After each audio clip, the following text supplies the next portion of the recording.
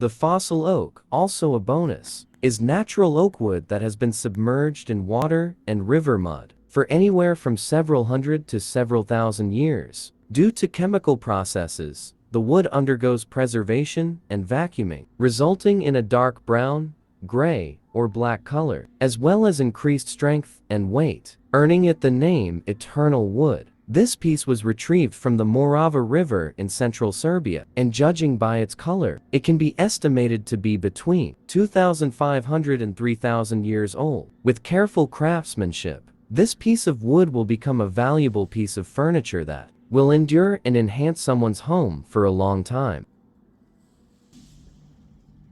Extracting this wood from water is a very difficult and risky job, which requires heavy machinery and diving equipment.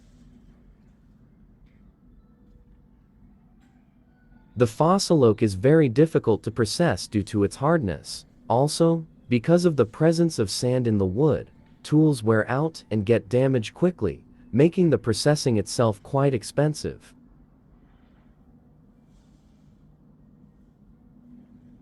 This piece of wood will soon become a coffee table, combined with epoxy resin and a finishing oil coating, as well as with added iron legs. It will soon be displayed in our showroom.